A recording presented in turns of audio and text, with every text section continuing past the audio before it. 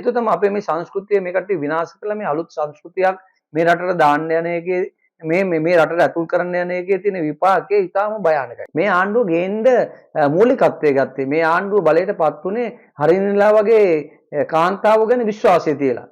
උගත් බුද්ධිමත් ඒ වගේම සමාජයේ ඉහළ තලයක හිටපු මේ වගේ කාන්තාවෝ නිසා තමයි හරිනි විශේෂයෙන් ගත්තම හරිනි නිසා තමයි මේ ආණ්ඩුව බලයට පත් වුනේ කියලා අපි විශ්වාස කරනවා. ඒ වගේම තමයි මේ ආණ්ඩුව විනාශ මුඛයට ඇදලා දාන්නෙත් හරිනි කියන එක තමයි අපිට කියන්න තියෙන්නේ. මේ රටේ මිනිස්සු කිසිම වෙලාවක හරිනිගේ ලිංගික ආශාවන් පිළිබඳව කිසිම වෙලාවක මේ රටේ මිනිස්සු හරිනට විරුද්ධව වචනයක්වත් ප්‍රකාශ කරලා නැහැ. හේතුව තමයි ඒක මිනිසුන්ට තියෙන අයිතියක් නෙවෙයි ඒක හරිනිගේ අයිතියක්. හැබැයි මිනිස්සු උද්ඝෝෂණය කරන්නේ මිනිස්සු මේ අධ්‍යාපන ප්‍රතිසංස්කරණය එපා කියලා කියන්නේ බලෙන් Taman කැමති මේ අගමැතිතුමිය කැමති ලිංගික ආසාවන් මේ ළමයිගේ කරපිට බලෙන් පටවන එකට තමයි මේ රටේ ජනතාව හරිනට විරුද්ධව උද්ඝෝෂණය කරන්නේ. මේ රටේ අගමැතිතුමියගේ කාර්යභාරය ඉවත් කරන්න උවමනාවක් නෙමෙයි හරිනට තියෙන පිස්සුවක් තියෙන මානසික රෝගී කාන්තාවක්. මේ කාන්තාව අනිවාර්යයෙන්ම මානසික වෛද්‍යවරයෙකුට පෙන්වන්න ඕනේ. අයිබෝන් රාවණයිල දේශ අපේ YouTube නාලිකාවට ඔබ සැම සාදරයෙන් පිළිගන්නවා. අපේ YouTube නාලිකාව subscribe කරලා නැත්නම් subscribe කරන්න, bell icon එක ඔබන්න, comment කරන්න, share කරන්න. අද රට තුල ප්‍රධාන මාතෘකාව බවට පත් වෙලා තියෙන්නේ මේ සමලිංගිකත්වය.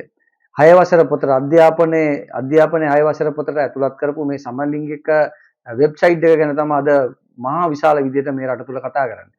මේ රට තුල මේ ගැන කතා කරද්දී අපිටත් හිතෙනවා මේ සබ්ජෙක්ට් එක මේ විෂය ගැන කතා කරන්න. ඇත්තට මේ විෂය ගැන කතා කරද්දී අපිට දැනෙන කාරණාවක් තමයි අපි මේ සංස්කෘතියත් එක්කන් අපිට මේ සමලිංගිකත්වයේ ලිංගිකත්වය ගැන කතා නොකළ යුතු දෙයක් තමයි ඇත්තටම අපිට තියෙන්නේ. ඒ හේතුව තමයි අපේ ළමයෙක් ඥානු ළමයෙක් වැඩිහිටියෙක් බවට පත් වුණාට පස්සේ අපේ දෙමාපියෝ කරපු පළවෙනි කාරණාව තමයි ඔහු ගේ අස්සට ගේ මුල්ලකට කරලා එක්ක කාමරයකට ඔව්ව ඒ ගෑල් ළමයාව තනි කරලා ඒ ගෑල් ළමයාට ඒ ගමේ ඉන්න වැඩිහිටි කාන්තාවක් ඇවිල්ලා ඒ කාන්තාව කියලා දෙනවා. ඔයා දැන් වැඩිහිටි කාන්තාවක්. ඒ නිසා ඔයා මේ වගේ ලිංගික සංසර්ගයේ යෙදුනොත් ඔයා පුංචි ළමයෙක් ලිංගික සංසර්ගයේ යෙදුනොත් ඔයාට ළමයෙක් ඉපදෙන්න පුළුවන්. ඔයාගේ සහෝදරයෙක් එක්කන් හිටියොත් ඔයාට මේ දේවල් වෙන්න පුළුවන්. ඒ වැඩිහිටි කාන්තාව ඇවිල්ලා කියලා දෙනවා. ඒතකොට අපි පෙළපොත් වලට මේවා ඇතුළත් කරන්න ඕනේ නැහැ. ඇත්තටම ලිංගිකත්වයට පෙළපොත් වලට ඇතුළත් කරන්න ඕනේ නැහැ. හේතුව තමයි අපිට එච්චර දියුණු සංස්කෘතියක් තිබ්බා අපිට දියුණු සංස්කෘතියක්. ඒ සංස්කෘතිය තුල මේ හැමදේම කැටි වෙලා තමයි අපිට තිබ්බේ.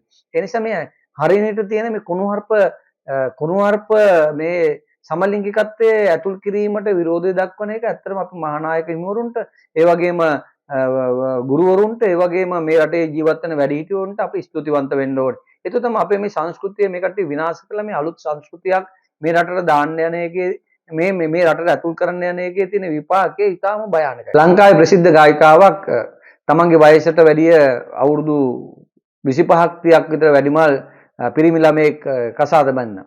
ඒ පිරිමි ළමයා කසාද බැඳලා ඒක මාධ්‍ය තුල මහා ලොකුවට ප්‍රචාරය කරා. ඒකෙන් අදහස් කරන්නේ මේක සාමාන්‍ය දෙයක් බවට පත් කරන්න තමයි මේ තමන් කරපු දේ හරි මේක සාමාන්‍ය දෙයක් බවට පත් කරන්න තමයි මේක උත්සාහ කරන්නේ. හැබැයි මම මේ සියලු දෙමව්පියන්ගෙන් අහන්න කැමතියි තමන්ගේ පුතෙක් ඉන්නවා නම් ඒ පුතා තමන්ගේ අම්මටත් වැඩි වයස අවුරුදු 20ක දරුවෙක් අවුරුදු 50ක 55ක ගෑනු කෙනෙක්ව කසාද බඳිනවට කොයි දෙමව්පියෝද කැමති? ඊටාම ප්‍රසිද්ධ ලංකාවේ මිනිස්සු දේවත්වයෙන් සලකපු නිලියක් හිටියා. ඒ නිලියත් තරුණ පිරිමි කෙනෙක් තමයි තියාගෙන හිටියේ. එනමුත් ඒ නිලිය කිසිම වෙලාවක තමන්ගේ පෞද්ගලිකත්වය එළියට දැම්මේ නැහැ. ඉතින් මේ දෙකේ තියෙන වෙනස මම මේ කියන්න උත්සාහ කරේ මේ වැඩසටහන තුළ මම කියන්න උත්සාහ කරන්නේ මොනවත් නෙවෙයි. මේ දෙකේ වෙනස බලන්න. මේ දේවල් මේ සමලිංගික වගේ දේවල් මේ ලෝකේ හැම රටකම තියෙනවා. ඒ වගේම ඒවා එළියට දාලා මේ සමාජගත කරලා මේ සමාජයට මේ අලුත් ප්‍රවණතාවයක් ඇති කරන්න ඕනේ නැහැ. ලෝකේ දුවන දිසාතනියක් තියෙනවා. ඒ දිසාතනිය තුළ තමයි මේ ලෝකේ දුවන්න ඕනේ. ඊට වැඩි අපි මේ ලෝකේ වෙනස් කරන්න උත්සාහ කරොත් ඒක සාමාන්‍ය එහෙම වෙනස් කරන්න බෑ. මේ සමලිංගිකත්වයේ පෙළපොතට ඇතුළත් කරලා මම බලාපොරොත්තු වෙන්නේ මේ අපේ මේ සංස්කෘතිය විනාශ කරලා දාන්න තමයි මේ හරිනට තියෙන උවමනාව. මේකට අපි දන්නවා හරිනට කෝටි ගණන් සල්ලි NGO වලින් කෝටි ගණන් සල්ලි මේ හරිනගේ බැංකුව වලට ඒ වගේම මේ ජනතා විමුක්ති පෙරමුණ කියන පක්ෂයට කෝටි ගණන් සල්ලි ප්ලාන්ට් වෙනවා කියලා අපි දන්නවා. ඒ සල්ලි නිසා මේ කට්ටියට දැන් මේක ආපස්සට ඇදලා ගන්න බැරි තත්ත්වයක් තමයි දැන් උදා වෙලා තියෙන්නේ. නමුත් මේ මොන තත්ත්වය උදා වුණත් මේ ආණ්ඩුව අපි විශ්වාස කරනවා මේ ආණ්ඩුව ගේන්න මූලිකත්වයේ ගත්තේ. මේ ආණ්ඩුව බලයටපත් උනේ හරිනලා වගේ කාන්තාව ගැන විශ්වාසය තියලා. උගත් බුද්ධිමත් ඒ වගේම සමාජයේ ඉහළ තලයක හිටපු මේ වගේ කාන්තාවෝ නිසා තමයි හරිනි විශේෂයෙන් ගත්තම හරිනි නිසා තමයි මේ ආණ්ඩුව බලයටපත් වුනේ කියලා අපි විශ්වාස කරනවා. ඒ වගේම තමයි මේ ආණ්ඩුව විනාශ මුඛයට ඇදලා දාන්නෙත් හරිනි කියන එක තමයි අපිට කියන්න තියෙන්නේ. මේ රටේ මිනිස්සු රනිල් වික්‍රමසිංහට ඒ දවස්වල කියනවා කොළුකාරයා කියලා කියනවා. ඒ වගේම අපි දැක්කා කියන්නේ ගේ කියලා අපි කියනවා දැක්කා. ඒ වගේම තමයි අපි දැක්කා සාකල අකිල ගැන විශේෂ දේවල් ඊටාම නරක විදියට සමාජ තුල සමාජ මාධ්‍ය තුල සංචාරණය වෙනවා. ඒ වගේ තමයි සමාජ මාධ්‍ය තුලට මුදා ඇරලා තිනවා දැක්කා. නමුත් ඒ කිසිම දෙයකදී කිසිම අවස්ථාවකදී තමන් බලයටපත් වුණත් තමන් ජනාධිපති ධුරයේ දරුවත් කිසිම අවස්ථාවක උත්සාහ කරේ නැහැ. රනිල් වික්‍රමසිංහ උද්ඝෝෂණ ව්‍යාපාරයක් පවත්වන්න මේ මට විරුද්ධව මේ වගේ අවලාද නගනවා කියලා කිසිම අවස්ථාවක උත්සාහ කරේ නැහැ. හේතුව තමයි රනිල් වික්‍රමසිංහට ඊට වැඩිය ලොකු ගමනක් තිබ්බා. මේ රටට ගොඩ දාන්න ඕන කියලා උවමනාවක් තිබ්බා. ඒ නිසා රනිල් වික්‍රමසිංහ කිසිම අවස්ථාවක උත්සාහ කරේ නැහැ. රනිල් වික්‍රමසිංහ කිසිම අවස්ථාවක උත්සාහ කරේ නැහැ. උද්ඝෝෂණ ව්‍යාපාර ආණ්ඩුව තියාගෙන උද්ඝෝෂණ ව්‍යාපාර කරන්න. අපිට දකිද්දි ලැජ්ජයි. අත්‍තරම හිරිකිතයි. හේතුව තමයි තමන්ට බලය තියාගෙන තමන් වැඩක් නොකරන නිසා තමන්ට වැඩක් කරගන්න බැරි නිසා මේ පොඩි දේවල් වලටත් මේ තමන්ගේ අගමැතිතුමීට විරුද්ධව උද්ඝෝෂණ කරනවා කියලා මේ තමන්ගේ අගමැතිතුමියට විරුද්ධව සමලිංගිකත්වයේ අයවසර පොතට ඇතුළත් කරා කියලා ඒකට විරුද්ධව මේ රටේ ජනතාව උද්ඝෝෂණය කරන්න උත්සාහ කරද්දී මේකට විරුද්ධව මොවුන් වෙනම උද්ඝෝෂණ ව්‍යාපාරයක් පටන් ගන්නවා. මේ කාන්තාවකට විරුද්ධව උද්ඝෝෂණය කරන මේ රටේ මිනිස්සු කිසිම වෙලාවක හරිනිගේ ලිංගික ආශාවන් පිළිබඳව කිසිම වෙලාවක මේ රටේ මිනිස්සු හරිනට විරුද්ධව වචනයක්වත් ප්‍රකාශ කරලා නැහැ. හේතුව තමයි ඒක මිනිසුන්ට තියෙන අයිතියක් නෙවෙයි, ඒක හරිනිගේ අයිතියක්. හැබැයි මිනිස්සු උද්ඝෝෂණය කරන්නේ මිනිස්සු මේ අධ්‍යාපන ප්‍රතිසංස්කරණය එපා කියලා කියන්නේ බලෙන් තමන් කැමති මේ අගමැතිතුමිය කැමති ලිංගික ආසාවන් මේ ළමයිගේ කරපිට බලෙන් පටවන එකට තමයි මේ රටේ ජනතාව හරිනිට විරුද්ධව උද්ඝෝෂණය කරන්නේ. ඒ වගේම තමයි අපි දැන් හරිනි ගැන කතා කරනවා. ඒ වගේම අපි දැක්කා රනිල් වික්‍රමසිංහගේ නෝනා, ඒ වගේම ජනාධිපති ආර්යාව. ඒ ආර්යාවට අපි දැක්කා විපක්ෂයේ ඉද්දි ජනතා විමුක්ති පෙරමුණ කියපු අවලාද හරිම නින්දිතයි, හරිම කැතයි.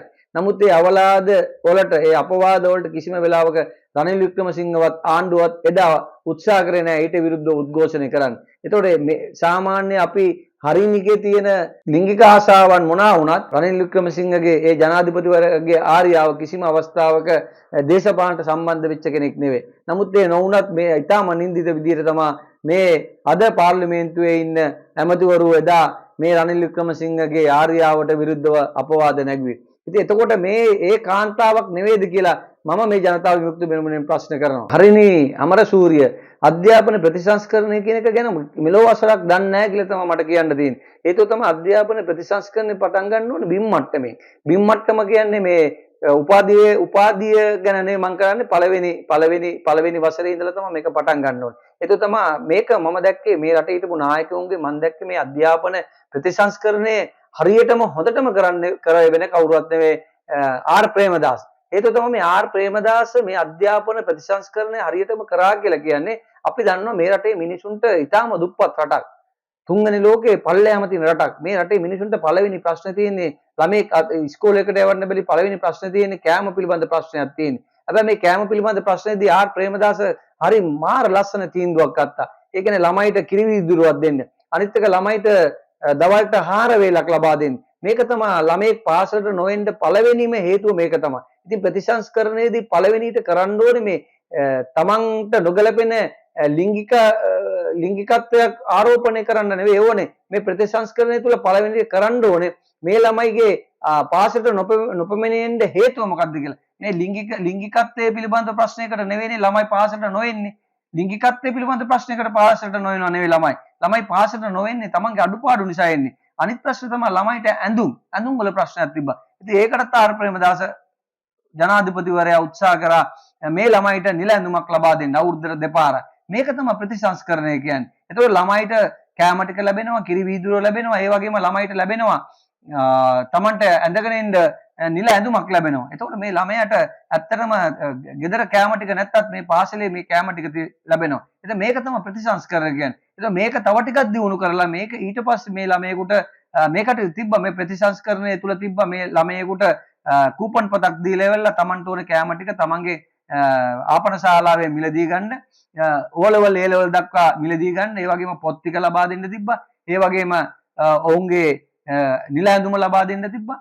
එතනින් එයාට විශ්වවිද්‍යාල උසස් අධ්‍යාපනය දක්වා යද්දී එතෙන්ට තියෙන වියදම් ටිකත් මේ ළමයිට මේ ආණ්ඩුව විසින් ලබා දෙන්න තිබ්බා.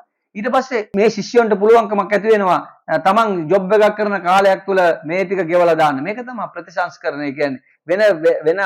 වෙන අල්ලාපසල්ලාප අවශ්‍ය නැහැ. හේතුව තමයි ළමයේ මේ රටේ බොහෝ වෙලාවට ළමයි ඉගෙන ගන්න නැත්තේ බොහෝ වෙලාවට මේ ළමයි තමන්ට තියෙන මේ අඩුපාඩුකම් නිසා තමයි. ගෑල් ළමයෙක් අපි දන්නවා බොහෝ වෙලාවට ඔවුන් ගම්වල ළමයි පාසලට එන්නේ නැත්නම් ඔවුන්ට අඳින්න ෆෑඩ් එකක් නැති නිසා. ඒකටත් ගෙනාවා මේ සජිත් ප්‍රේමදාස ගෙනාවා හොඳ මේකක් ගෙනාවා. ඔව් මේ ළමයිට අපි ෆෑඩ් එකක් ලබා දෙනවා කියලා. ඒකටත් අපි දැක්කා මේ රටේ ඇමරිකාවෙන් ඉඳලා ආපු නළු නිලියෝ කියනවා නෑ ඒවා අවශ්‍ය දේවල් නෙවෙයි, ඒවා අපි ලබා දෙන්නම්, ඒවා ඕනේ නෑ කියලා. නමුත් අපි දන්නවා ගම්වල බොහෝ ළමයි පාසලට නොඑන්න හේතුව තමයි තමන්ගේ ඒ මාසෙට සිද්ධ වෙන ඒ ක්‍රියාවලියේදී තමන්ට අඳින්න දෙකක් නැති නිසා තමයි එන්නේ නැති. ඉතින් මේ වගේ කාරණා ගොඩාක් තියදී ප්‍රතිසංස්කරණයේදී මේ කට්ටිය මේ ගේන්න යන කාරණාව ගැන ඇත්තටම අපිට විශාල බයක් ඇති වෙනවා. ඒ බය ඇති වෙන්නේ මේ ලිංගිකත්වය ගැන කියලා දුන්නට නම් ප්‍රශ්නයක් නෑ. ලිංගිකත්වය ගැන කියලා දෙන්න හේතුවකුත් නෑ. නමුත් ලිංගිකත්වය ගැන ගෑනු දරුවෝ ලොකු ළමෙක් වුණාට පස්සේ බොහෝ වෙලාවට දන්නවා. නමුත් පිරිමි දරුවෝ නොදන්නව නම් මේ ලිංගිකත්වය ගැන කියලා දුන්නට කමන්නේ. හැබැයි මේ ලිංගිකත්වය කියලා දෙන්න ඕනේ මේකේ ඇති වෙන භයානක තත්ත්වය ගැන කියලා දෙන්න ඕනේ. හේතුව තමයි සමාජ රෝග විශාල ප්‍රමාණයක් තියෙනවා. ඒඩ්ස් වගේ ලෙඩක් හැදෙන්න පුළුවන්. තමන්ට නොගැලපෙන වයසක් තුල මේව වෙද්දී තමන් යාළුවලා ඉන්න ගෑල් ළමයා ගෙබි ගන්න පුළුවන්. මේ වගේ කාරණා තමයි අධ්‍යාපන ප්‍රතිසංස්කරණයේදී මේ ලිංගිකත්වය පිළිබඳව කියලා දෙනවා නම් මේවා තමයි මේකට ඇතුල් කරන්න ඕනේ. මේවා තමයි මේවට ඇතුල් කරන්න ඕනේ කාරණා. නමුත් මේ කාරණාවෙන් පරිබාහිර ගිහිල්ලා අර කුණුවarp කතා ටිකක් මේ හරිනේ කියන්නේ හරිනට තියෙන්නේ මේ රටේ අධ්‍යාපනයේ දියුණු කරන්න උවමනාවක් නෙවෙයි. මේ රටේ අගමැතිතුමියගේ කාර්යභාරය ඉවත් කරන්න උවමනාවක් නෙමෙයි. හරිනට තියෙන්නේ පිස්සුවක් තියෙන්නේ. මානසික රෝගී කාන්තාවක්. මේ කාන්තාව අනිවාර්යයෙන්ම මානසික වෛද්‍යවරයෙකුට පෙන්වන්න ඕනේ. පෙන්නලා මේ කාන්තාවට බේත් තරම් දෙන්න ඕනේ. අපි දන්නවා මේ සමලිංගිකත්වය කියන්නේ සාමාන්‍ය මේ මානසික ආබාධයක්, මානසික රෝගයක්. මේ රෝගයට තමයි අපි බේත් තරම් දෙන්න ඕනේ. ඒතර මේ රටේ අගමැතිතුමිය මානසික රෝගියෙක්. ඒ රෝගියාව ඇයි මේ අගමැතිතුමිය බවට පත් කරේ? ඒ වගේම තමයි මේ වගේ රෝගියෙක් අධ්‍යාපනයේ රටක මූලිකත්වයේ ගන්නේ මේ රටේ ළමයිගේ අධ්‍යාපනයේ. මේ අධ්‍යාපනයේ පිළිබඳව ඒ වගේ තීන්දුව ගන්න තැනක ප්‍රධාන අමාත්‍ය ධූරිය ලබා දුන්නේ මේ වගේ මානසික රෝගියෙකු නම් මේ රටේ අධ්‍යාපනයේ ඉදිරි ළමයිගේ මේ රටේ අධ්‍යාපනය ගැන කවර කතාවද කියලා අපිට ප්‍රශ්න කරන්න සිද්ධ වෙනවා. ඒ වගේම අපි දැක්කා විශාල කාන්තාව ප්‍රමාණයක් හරිනි අමරසූරියට පක්ෂපාතව උද්ඝෝෂණ කරනවා. ඉතින් මම අහන්න කැමති අපි දැක්කා එතනදී මේ වැඩසටහන් කරන YouTube නාලිකාවක් හරි මාධ්‍යවේදියෝ දෙන්නෙක් කර ගිහිල්ලා ඒ අම්මලාගෙන් අහනවා මේ ඔය ඕකේ ලියලා තියෙන ඔය බෝඩ් වල ලියලා තියෙන වගේ තේරුම මොකක්ද කියලා. ඒ අම්මලා දන්නේ නැහැ. එතකොට දැන් එදා ජනතා විමුක්ති පෙරමුණ මොනවාද මේ රටේ මිනිසුන්ට කිව්වේ? ජනතා විමුක්ති පෙරමුණ එදා කිව්වේ මොනවාද? අපි යම් කිසි උද්ඝෝෂණයකට මිනිස්සු ගේනවා නම් ඒ මිනිස්සු පූර්ණ අවබෝධයෙන් එන්නේ. අපි කරන උද්ඝෝෂණය මොකක්ද කියලා දැනගෙන එන්නේ. විරුද්ධ පක්ෂයේ හැම වෙලෙම මොකද්ද කරේ? විරුද්ධ පක්ෂයේ රුපියල් 5000ක් දෙනවා, බෝතලයක් දෙනවා, බත් පැකට් එකක් දෙනවා. ඒකට ඒ නිසා ඒ කට්ටිය ගැන දන්නේ. ඒතර අද දවසේ තුල අපි බලද්දී මේ ජනතා විමුක්ති පෙරමුණට සහභාගී වෙන උද්ඝෝෂණයට සහභාගී වෙන මිනිසුන්ගේ ප්‍රශ්න කරද්දී අයියෝ මේ උද්ඝෝෂණයට ආවේ මොනවාද ඔය බෝඩ් වල ලියලා තියෙන්නේ කියලා. තමන්ගේ එල්ලන් ඉන්න බෝඩ් එකවත් මොකක් සඳහාද ලියලා තියෙන්නේ කියලා මේ කාන්තාව දන්නේ. එතකොට අපිට කියන්න තියෙන්නේ එදා හිටපු විපක්ෂය අද ආණ්ඩු පක්ෂයට ඇවිල්ලා ඒ කට්ටියත් එදා හිටපු ආණ්ඩු පක්ෂයේ කරපු දේවල් මම නේද කරන්න කියන එක මේ රටේ ජනතාව නැවත ප්‍රශ්න කරනවා මේ ආණ්ඩුවේ. ඉතින් ජනතාව බලාපොරොත්තු මේ වගේ ආණ්ඩුවක් නෙවෙයි මීට වැඩිය සවිඥානික ආණ්ඩුවක් තමයි ජනතාව බලාපොරොත්තු වෙන්නේ. නමුත් මේ ආණ්ඩුව කිසිම දෙයක් කරන්න බැරි තමන් ගන්න හැම තීන්දුවක්ම බොරුවෙන් වංචාවෙන් ඒ වගේම තමයි ජනතාවට කිසිම ප්‍රතිලාභයක් නොදෙන ආණ්ඩුවක් බවට මේ ආණ්ඩුව පත් වෙලා ඉවරයි. මේ වෙද්දී අපි දැක්කා අමාත්‍යවරුත් මේ වෙලාවෙද්දී මේ මහානායකින් වරුන්ට ඉතාම නරක විදියට ආමන්ත්‍රණය කරනවා. ඒ ආමන්ත්‍රණය කිරීම තුළ මේ ආණ්ඩුව කරගන්න පළවෙනි වරද්ද තමයි මේ රටේ සංඝයා වහන්සේලා කුපිත කර ගැනීම, සංඝයා වහන්සේලා තරහා කර ගැනීම මේ ආණ්ඩුවේ වැටීම කියලා මම කියන්න කැමතියි. ඒ හේතුව තමයි අදටත් ගමක පන්සල ගත්තාම ගමේ පන්සලේ හාමුදුරුවෝ කියන එක ඒ ගමේ මිනිස්සු විශ්වාස කරනවා. ඒ වගේම නගරයක පන්සලේ ගත්තාම ඒ නගරේ ඉන්න පන්සලේ හාමුදුරුවෝ කියන එක මේ රටේ ජනතාව විශ්වාස කරනවා. ඒ නිසා මේ ආණ්ඩුව සමාජවාදී නෙවෙයි. මොන විදියට තමන් මේ රට සමාජවාදයට ලක් කරන්න උත්සාහ කරත් මේ රටේ සංස්කෘතියක් තිබ්බා. ඒ වගේම තමයි මේ රටේ ආගමක් තිබ්බා. ඉතින් මේවා විනාශ කරගෙන මේ ආණ්ඩුවට කරගෙන යන්න බෑ. ඒ නිසා අපි කියනවා මේ ආණ්ඩුවෙන් අපි ඉල්ලා සිටිනවා මේ අගමැතිතුමිය, මේ අධ්‍යාපන ඇමතිතුමිය මේ නිලතල වලින් අයින් කරලා මේකට සුදුසු කෙනෙක් පත් කරලා මේ ආණ්ඩුව කරගෙන යන ඊටාම කෙටි කාලය හරි කමන්නේ. අපි බලාපොරොත්තු වෙනවා මේ ආණ්ඩුව මේ තියෙන වැරදි අඩුපාඩු හදාගෙන හරි මේ ඉන්න ඊටාම කෙටි කාලය තුල අපි හිතන්නේ තව අවුරුදු 5ක් මේ ආණ්ඩුව දුරයි කියලා අපි විශ්වාස කරන්නේ. ඉතින් මේ ආණ්ඩුව ඉන්න කෙටි කාලය තුල හරි කමන්නේ ජනතාව වෙනුවෙන් ජනතාව පැත්තේ හිටගෙන ජනතාව වෙනුවෙන් සේවයක් කරයි කියලා අපි බලාපොරොත්තු වෙයි. අද අපි වැඩසටහන මෙතනින් අවසන් කරනවා. තවත් අලුත් වැඩසටහනකින් ඔබ තමුන්නාන්සේලා හමු වෙන බලාපොරොත්තු වෙන ඔබ තමුන්නාන්සේලාට ආයුබෝවන්, තෙරුවන් සරණයි.